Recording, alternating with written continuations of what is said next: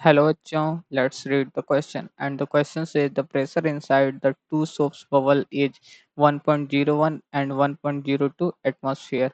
The ratio of their respective volumes is our options are A16, B8, C4 and option D 2.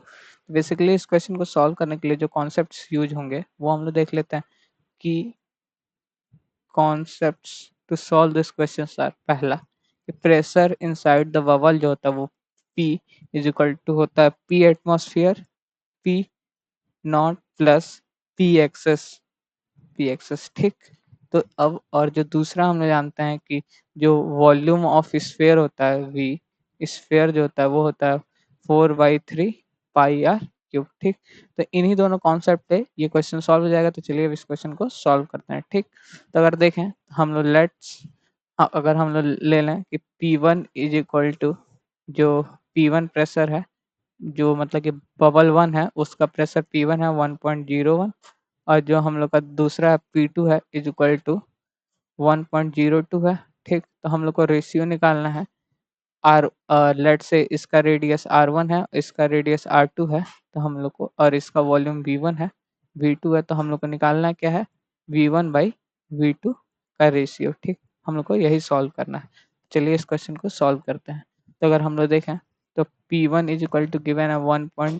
तो हम लोग P1 को क्या लिख सकते हैं P0 plus P excess 1 is equal to 1.01। तो यहाँ से पी एक्सेस 1 क्या आ गया हम लोग का P0 एटमॉस्फेयर 1 एटमॉस्फेयर होता है इधर घट गया तो ये हो गया 0.01 हो गया 0.01 एटीएम हो गया 0.01 एटीएम ठीक। उसी तरीके से इसको क्या लिख सकते हैं अब P जो एक्सेस होता है उसको हम लोग क्या लिखते हैं उसको लिखते हैं 4T/R। ये हो जाएगा 4T/, अब रेडियस R1 मारा है तो 4T/R1 is equal to 4T/R1 is equal to क्या हो गया 0.01 ठीक। उसी तरीके से अगर सेम इसके लिए बात करें जो P2 है तो P2 गिवन है हम लोग के पास 1.02। यहाँ से P0 प्लस P एक्सेस 2 ले लें तो ये होगा 1.02। तो यहाँ से P एक्सेस 2 क्या आ गया P एक्सेस 2 आ गए 0.02 एटीएम। तो और यहाँ से फिर ठीक उसी तरीके से हम लोग क्या लिख सकते हैं 4T/4T/ R2 is equal to 0.02। ये इक्वेशन 1 था ये इक्वेशन 2 सपोज कर लें। तो फिर हम लोग क्या लिख सकते हैं यहाँ पे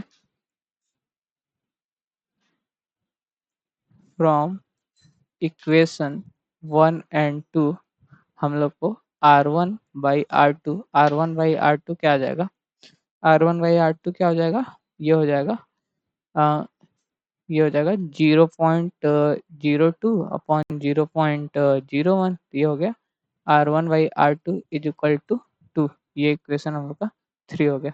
अब हम लोग को क्या पूछा था वॉल्यूम का रेशियो पूछा है। तो हम लोग जानते हैं वॉल्यूम का जो रेशियो V तो हम लोग क्या लिख सकते हैं V1 इज इक्वल टू लिखते हैं 4/3 पाई R1 क्यूब और V2 क्या लिखेंगे 4/3 पाई R2 क्यूब। तो यहाँ से हम लोग रेशियो क्या लिख सकते हैं रेशियो V1/V2 क्या लिख सकते हैं R1 cube upon R2 cube. इसको यहाँ से V1/V2 को क्या लिख सकते हैं R1/R2 ये क्यूब होगा।